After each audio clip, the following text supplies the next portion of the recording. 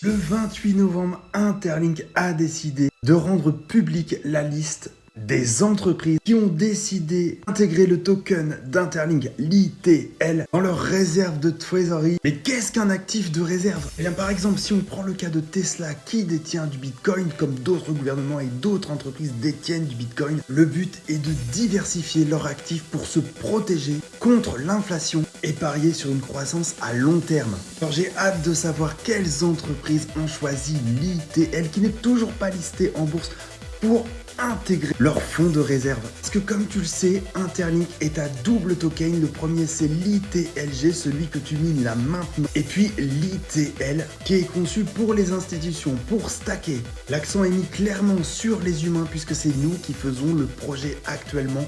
Et les entreprises qui sont déjà partenaires sont Google, Toshiba, Amazon, Samsung, AliExpress et puis tu as tout le monde également de la Web3 comme Sosoli, Alloy, Cyberscope et Tracker notamment parce qu'il y en a plein d'autres. Et l'objectif est clair, il est de montrer que l'Interlink n'est pas spéculatif mais bien construit, bien armé pour résister justement à d'éventuelles crises et monter un maximum et en faire un maximum. Ça a pour but clairement de démontrer une institution forte, de stabiliser la valeur du token et positionner Interlink comme un actif majeur et mature. Bien évidemment, tu le sais également, il y a une carte bleue Visa Interlink pour payer avec l'ITLG et l'ITL. Preuve encore une fois que le jeton n'est pas spéculatif mais bien réel et va être adopté par énormément d'entreprises. Vivement demain!